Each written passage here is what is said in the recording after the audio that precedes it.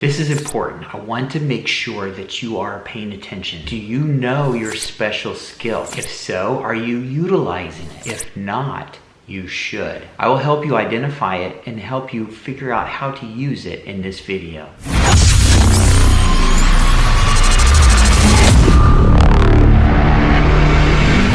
Welcome to my channel. I focus on teaching forgotten business principles, specifically intangibles of business that can take professionals' businesses to the next level. Be sure to subscribe if you find this information helpful, and also hit the bell icon if you would like to be notified every time I release a new video. Recently, I was talking to a realtor friend about her ability to network. She has a special ability and always thinks of who would connect with who and so forth.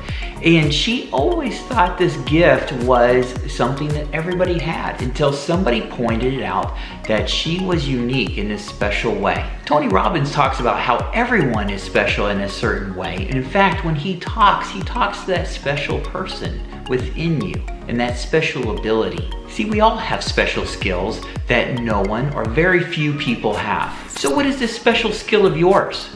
Maybe you don't know. Maybe you haven't figured it out yet. So I want to help you figure that one out. I want to help by asking some prodding questions. So here we go. Number one, is there a specific thing that you do or a way you think that has made you feel odd or different from the world?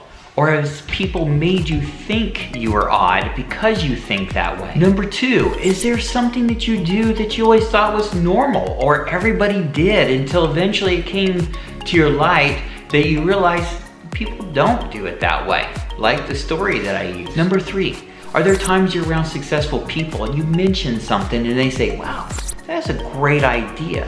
Or when you're talking about something with this special skill and they look at you and they nod and go, wow. Or you can tell they're amazed by the way you're thinking and the things that you're saying and the way you perceive a certain thing. I'm hoping something resonated with you. If not, well, I might have to dig a little bit deeper. So why did I say odd? This may come as a surprise, but most of the innovators and the most successful people in the past who have come up with a great idea, originally people thought it was crazy.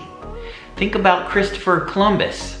When he talked about the world being round, people thought, well, no way. Everybody then not only thought, but they just absolutely knew that the world was flat. It had to be flat.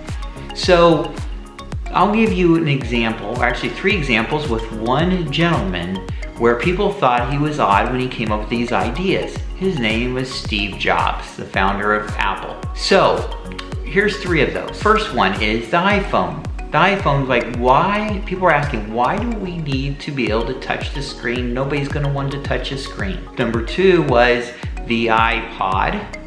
These are not in any particular order, but the iPod was another one. Why do people need so many songs and carry around in this little device? And the third one was the iPad. It's like, why do we need something so big to carry around with all this stuff, and what are we ever going to use it for? Looking back, we all know that those people were crazy. And we may have been one of those people that said, who needs that? It was known that Walt Disney used to ask 10 people what they thought of a new idea he had. If people were unanimous in their rejection of the idea, he knew to run with it. Trent Sheldon tells a story about his wife and how she has glasses, and he one day decided to try them on. And he tried them on, and he said, oh, honey, you're blind. I cannot see with these glasses. And she very courteously and very smartly answered in a way, and I'm not gonna obviously quote her as good as she said it, but she said something like this. She said, well, Trent, those glasses, that prescription is made for me. Of course you're not gonna be able to see through them. So essentially, now what does this mean with the way you think or your ideas? This means the fact that you have these special ideas. You have this prescription.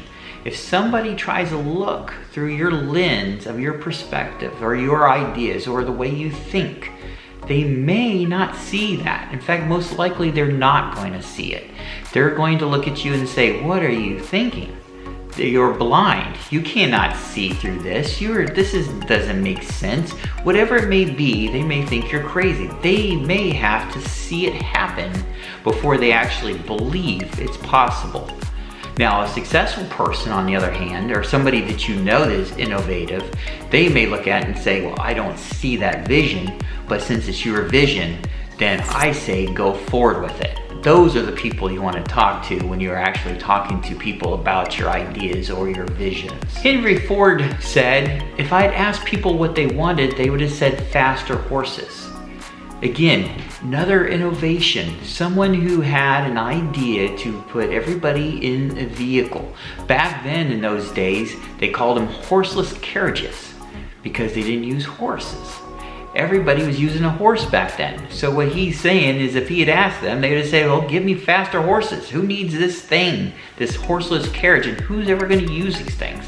Can you imagine nowadays trying to take a trip without a horseless carriage, an automobile? We can thank Henry Ford for that. So go back to Steve Jobs. Can you imagine life if he had not followed suit with those 3 eye devices? Again, today, how many people still carry around a flip phone? Nowadays, we use the phone and we touch the screen and we're used to that screen. We also love how iPads, or maybe you have an Android, so now you have a tablet, and how we love that device. Or maybe you don't still carry around an iPod or some kind of device that has a bunch of songs stored on it, but you may stream songs. That all came from that whole same concept of having a bunch of songs in your pocket and carrying it with you. So if you have, or what you do have, a special ability, and now you know that special ability, you are cheating yourself by not using that and focusing on that special ability and using it as a way to serve others and to make a living off of it. Plus, you are cheating those that you can serve by using and utilizing that talent that you were given. It is said the place that has the most dreams is a graveyard.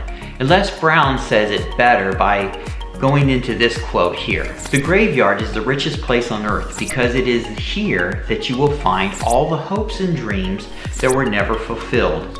The books that were never written, the songs that were never sung, the inventions that were never shared, the cures that were never discovered, all because someone was too afraid to take that first step, keep with the problem, or determined to carry out their dreams. See, most people are too concerned of what people think, or they feel too odd, or too concerned about going forward with these special skills or these special abilities or the special way of thinking, and they end up taking it to the graveyard.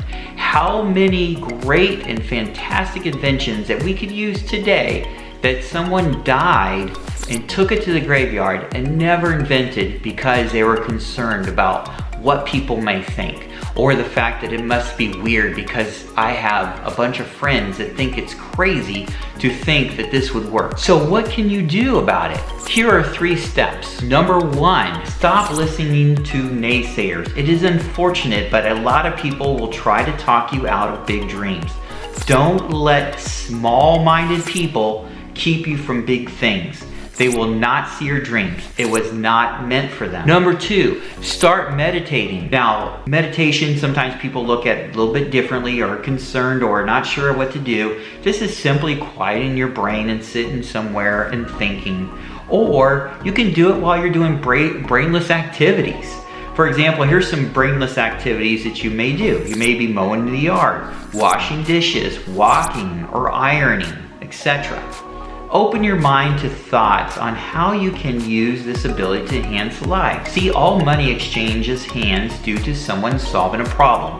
What problems can you solve and help others by using this skill? Number 3, continue to hone this ability and stop hiding it. Before you know it, you'll become an expert in this particular ability of this skill set.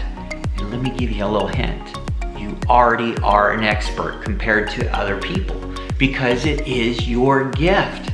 But just think about how great you will become using this gift if you continue to practice it and hone those skills with that gift. Please comment below on a gift that you have, an ability that you have discovered, maybe even just recently, and how you are utilizing that gift to help others and how it makes you feel and how happy you've become by being able to use that gift.